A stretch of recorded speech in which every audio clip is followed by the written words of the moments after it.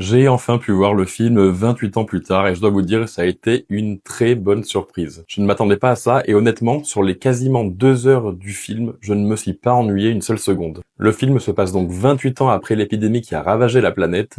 Le monde est plongé dans le chaos et on va suivre l'histoire d'une famille qui vit sur une petite île en communauté avec d'autres familles. Cette île est accessible uniquement par un canal qui est relié au continent, uniquement quand la marée est basse. Et on va suivre l'histoire d'une famille, Ayla, Jamie et leur fils Spike, dont la mère est rongée par une maladie qu'ils n'arrivent ni à identifier ni à soigner. Lors de la première journée d'initiation de Spike sur le continent où son père va lui apprendre comment chasser le zombie, Spike va apprendre qu'un docteur habite sur le continent et il en déduit que ce docteur pourrait potentiellement savoir ce que sa mère a et peut-être même la guérir. Il va donc s'embarquer dans une traversée du continent avec sa mère malade afin de chercher ce fameux docteur est potentiellement la solution à son mal-être et à sa maladie. Je ne vous en dis pas plus, je vous laisse découvrir la suite, je veux pas vous spoiler. En tout cas, le casting est top, on retrouve des acteurs qui incarnent leur personnage avec brio. La réalisation du film est juste incroyable, on retrouve des jeux de caméra pendant les scènes d'action qui sont juste super immersifs, avec des espèces de prises de vue en accéléré et parfois au ralenti pour donner des effets d'action et de fluidité. Vous allez avoir des scènes d'action super longues, vraiment où l'action ne s'arrête pas et ça c'est génial, entrecoupé par de longs plans que j'ai trouvé magnifiques, avec des scènes philosophiques, voire même poétiques par moments.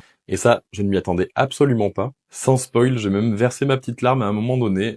Bref, vous l'aurez compris, 28 ans plus tard, c'est la surprise auquel je ne m'attendais pas. Et comme c'est une trilogie, j'ai vraiment hâte de découvrir la suite. N'hésitez pas à me dire ce que vous en avez pensé, merci de m'avoir écouté, et à très bientôt.